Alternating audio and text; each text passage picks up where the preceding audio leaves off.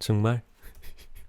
자, 그리고 오늘 썸네일 보고 들어오신 분들 많을 텐데요. 그렇습니다.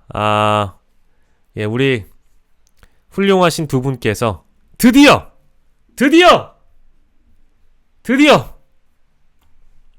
오빠 일어나, 순방 가자. 오빠 난 너무 답답해, 순방 가자 라고 하셨을지 모르죠. 네, 그렇습니다. 순방을 나가십니다. 이판국에 니들은 지져라! 나는 나간다! 하지만 뭐 국빈 방문 일정이시고, 이게 제가 대통령실에서 뭐라고 설명할지 다 아는데요. 이미 정해져 있던 일정이고요. 이미 오래전부터 정해졌던 일정이었고, 해외 순방과 이 대통령의 해외 출장은, 이 외교 행보라는 것은 바로 우리 국격, 우리 국가를 위한 일이고 곧 민생이기도 합니다. 대통령으로서, 대한민국 1호 영업사원으로서 당연히 세일즈를 해야 되는 것이겠죠. 예, 그러니까 가는 건데 너무 억까하지 마라, 억지로 까지 마라 라고 하실 분이 또 계실까봐 제가 억지로 까진 않겠습니다. 다만 국내 상황이 어떤지 제가 솔직하게 얘기해볼까요? 국내의 모든 이슈의 발원지는 누구냐? 이분이죠. 그리고 이분이죠. 자, 총선 전 불과 2달도 안 됐습니다. 2달도 안 된 기간 동안 가장 많이 회자됐었던, 우리 입에 오르고 내렸던 이슈는 뭐였습니까? 순직 해병대원 수사무마 외압 의혹에 대한 특검, 김건희 여사 종합특검에 대한 부분이었습니다. 근데 총선 끝나고 나서 영수회담 했죠, 기자회견 했죠, 계란말이 말아줬죠, 김치찌개 해줬죠 하면서 사안을 어떻게든 대통령이 좀 변해간다 라는 뉘앙스도 좀 풍겨주고, 그러는 사이에 서초동에 물갈이 한번 했죠. 고위급 인사 한번 낸 다음에 서초동을 한번 후드려 패고요. 여의도는 여의도대로 대통령이 맥주 따라주면서 친윤을 중심으로 여론전을 하고 있습니다. 그래서 국회를 보이콧할 가능성이 또 여당은 너무 높아지고 있고요. 반쪽짜리 국회라는 표현이 등장합니다만 그냥 국민의힘이 집권 여당인데 국회를 안 들어가는 거예요. 제가 자유한국당과 국민의힘, 새누리당이 반복적으로 문재인 정부와 노무현 정부 때 썼던 표현을 그대로 읊어드릴게요. 제 있는 그대로 읊어드릴게요.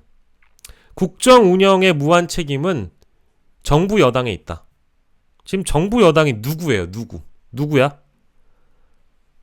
요 뒤에 색깔 나와 있네. 뒤에 색깔 빨간색이잖아요. 국민의힘과 대통령께서 집권 여당, 정부 여당이에요. 국정 운영에 무한 책임을 갖고 있는 분들입니다. 근데 왜 국정 운영의 기조를 바꾸라라고 요구를 했는지, 국정 기조는 변화하고 있는지에 대한 판단, 심판은 총선을 통해 이미 끝났어요. 끝났는데 지난 한 달간 대통령이 뭘 해왔는지를 보시면 유시민 작가를 포함한 뭐 신인규 변호사나 다 마찬가지 얘기였습니다만 200석이 안 되면 대통령은 변화하지 않을 것이다. 똑같이 됐습니다. 단 하나 변화하지 않았어요. 네. 그러는 사이에 이 유전으로 시선을 돌리고 김정숙 여사 특검으로 사안을, 김건희 종합특검을 물타기하고, 김정숙 여사의 논란은 제가 오늘 많이 언급 안 할 거예요. 이미 이틀 전에 했기 때문에 지겨워서 안 합니다. 지긋지긋해서 안 합니다.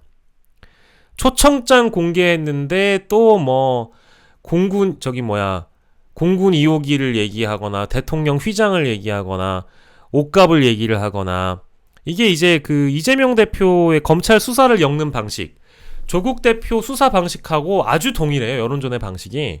맨 처음에는 A라는 문제를 삼습니다. A라는 문제를 삼아 A가 넘어가, B로 넘어가. 기억나시죠? 정경심, 조국 무슨 막 사모펀드, 코링크피, 뭐 형광등 펀드, 뭐 별게 다 있었어. 펀드였다가 결론적으로는 표창장 위조로 왔죠.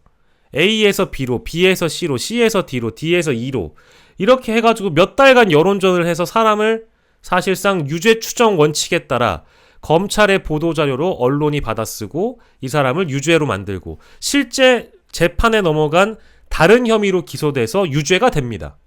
유죄의 흐름이에요. 이재명은 어땠습니까? 이재명도 지금 재판에 넘어간 그런 기소건들을 보면 애초에 논의됐던 건 A에서 B로, B에서 C로, C에서 D로. 그러니까 물론 제가 조국이 잘했다, 이재명이 잘했다 얘기하려고 하는 거 아니까 오해하지 마세요. 근데 이 흐름이나 방식이 유사하다는 거예요. A에서 B로, B에서 C로, C에서 D로. 이러는 순간 어느 순간 검찰이 기소한 혐의를 보면 기내식은 또 없을 거야. 초청장은 또 없을 거야. 다른 혐의가 또 등장하겠죠? 이런 방식의 흐름에 대해서는 내가 좀 지겹다. 지긋지긋하다. 양심을 좀 갖자. 그러니까 정말 이제 양심을 좀 가졌으면 좋겠고요. 그래서 아무튼 지금 국내의 사안은 이 두 분으로부터 시작이 된 겁니다. 근데 이 두 분은 나가십니다. 오빠 일어나. 소맥 그만 처먹고 순방 가자. 뭐 그런 거죠. 그래서 어제도 재판 결과가 이미 나와서 뭐 얘기는 안 하겠습니다만 이화영 전 평화부지사에 대한 1심 재판이 있었습니다. 9년 6개월 나왔고요. 상당한 중형이고 이미 어제 지라시도 많이 돌았는데요. 발빠르게 아마 검찰이 이재명 대표를 기소할 겁니다. 그래서 이제 이재명 대표와 민주당을 다시 한번 사법 리스크의 틈바구니 안으로 이제 몰아넣는 거죠. 그래서 기가 막히게 지금의 상황은 총선이 끝나고 나서 수세에 몰렸던 대통령과 국민의힘의 역공의 시간이 2달도 안 돼서 찾아왔고요. 그래서 이 역공을 민주당과 범야권이 어떻게 대응하느냐의 또 다른 전면전의 양상으로 흘러가고 있습니다. 영수회담 했을 때도 저는 의심을 했고 대통령이 기자회견 할 때도 의심을 했고 제가 그러니까 믿지 말자 그랬잖아요. 근데 지금의 이제 상황은 결론적으로는 다 정치 자체를 그러니까 이제 저는 그래요. 제 입장은 그렇습니다. 조국이 유죄가 되든 조국이 감옥에 가든 이재명 대표가 유죄가 되든 대법에서 유죄가 돼서 실제로 구속이 되든 이런 것과는 우리의 민생이나 기존에 우리가 밝혀야 하는 총선을 통해 대통령이 심판받아야 될 대통령과 정부 여당이 총선을 통해 심판받아야 될 이슈는 살아있는 거예요. 살아있습니다. 아직 안 죽었어. 유전 때문에 덮이거나 김정숙 특검법 때문에 덮이거나 뭐 또 다른 법인카드 문제 때문에 덮일 사안이 전혀 아니에요. 아니 생각을 해보십시오. 6개월 전에 김건희 여사가 디올백 받은 영상이 나왔어. 증언이 나왔어. 관련자 나왔어.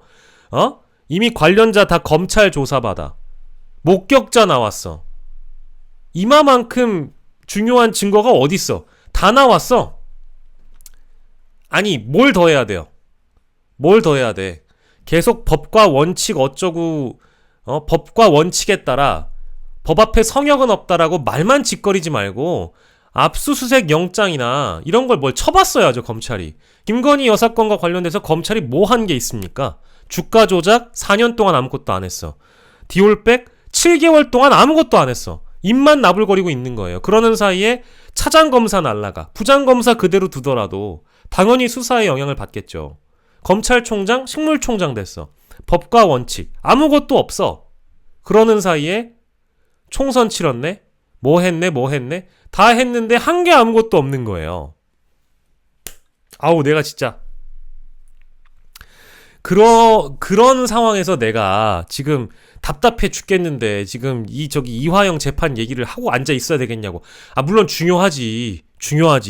왜 안 중요하겠어요. 이재명 대표의 목숨줄이 달려있는 사안인데 그렇게 될지도 모르는데. 근데 그거는 저쪽에 오른쪽으로 가셔요. 나는 여기 이제 이쪽은 원래 하려던 걸 해야 돼. 우리는 이채 양명주에서 양명주도 아직 해소를 못했어요. 그렇지 않아요? 지금 최양명주 이태원 참사 특별법만 이게 여야 합의로 통과가 된 거고 최양명주 즉 범야권을 선택해준 이유 중에 20%만 해결된 거야. 그것도 미완성이야. 나머지 80은요, 아무것도 해결된 게 없습니다. 아무것도 해결된 게 없어. 그러다 보니까 이 대통령님 지지도가 21% 나와도 이렇게 행동할 수 있는 겁니다. 그리고 이건 뭐 예정됐던 거기 때문에 나가셔야 되겠죠. 근데 저는 모르겠어요. 진짜 이래도 됩니까? 예? 여러분들 진심으로 이래도 돼요? 이래도 됩니까? 저는 뭐 언론한테 섭섭한 건 하루 이틀은 아닌데 진짜 진심으로 이래도 됩니까? 우리 저기 김용진 뉴스타파 대표가 검찰청 앞에서 얘기했던 거 뭐예요? 아니 적어도 영장은 한번 쳐봐. 대통령 개인 전화, 개인 폰, 하다못해 김건희 여사 개인 전화.